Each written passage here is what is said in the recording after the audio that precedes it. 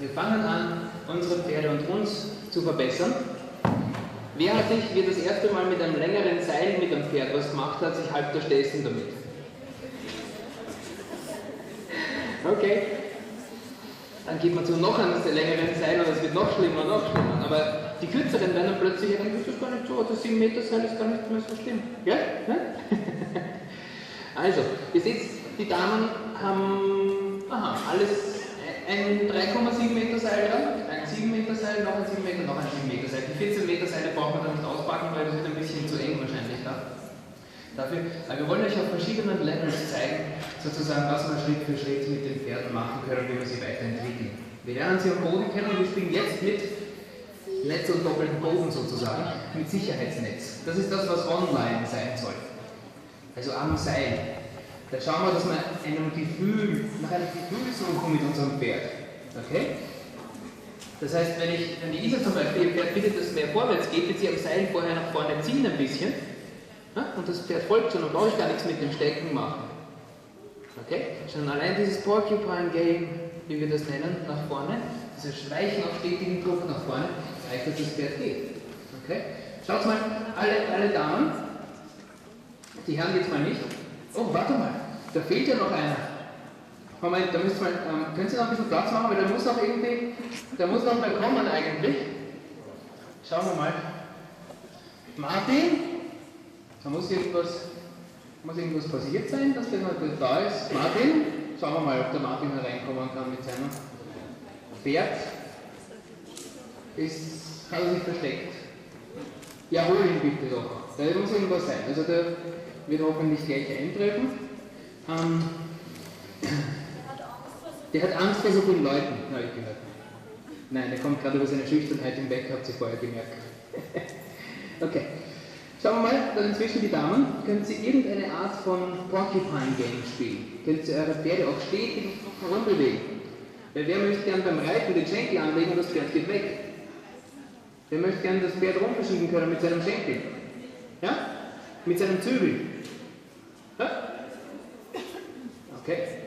Ja, da drüben sind es zwei, die zumindest die Pferde rumbewegen wollen.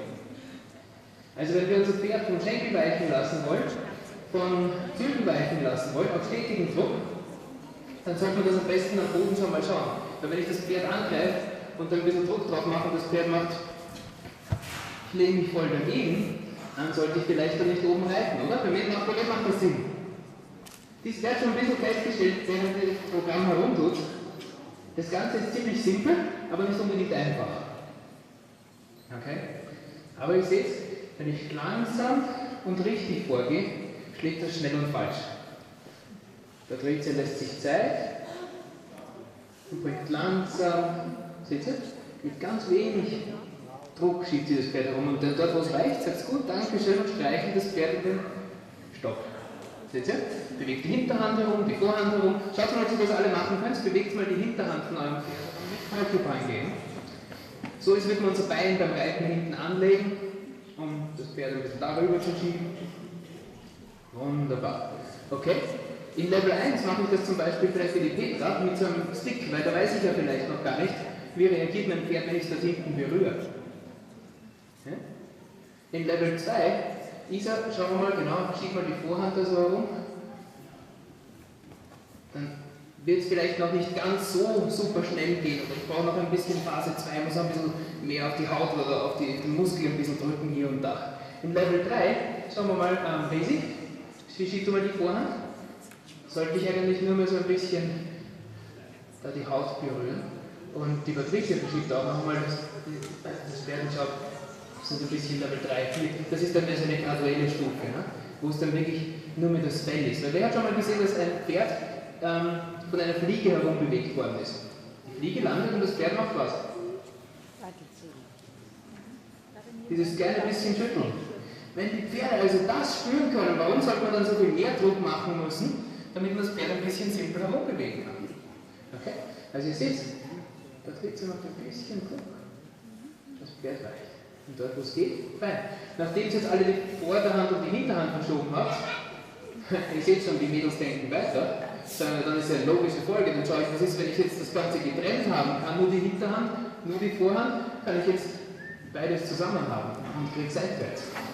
Schaut mal kurz, eure Pferde seitwärts verschieben. In beide Richtungen, wir wollen nach links und nach rechts später. Jungs, ich hab's gewusst, dass ist was passiert. Wollen wir mit einem Pferd los? Zu heiß gewaschen. Zu heiß gewaschen. Yes. Na gut. Ist das jetzt? Was ist das für eine Rasse? Katerpony. Die ganze Zeit. Das und das Pferd mehr macht. Weil bei Pferden geht es immer darum, wer bewegt wen. Wer ist schon mal von einem Pferd so langsam wegbewegt worden?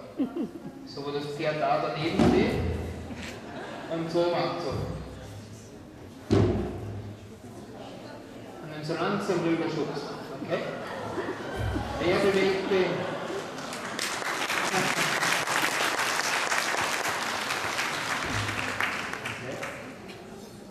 Also wenn ich mein Pferd wegbewegen will, muss ich diesen Look kriegen wie der Border Collie.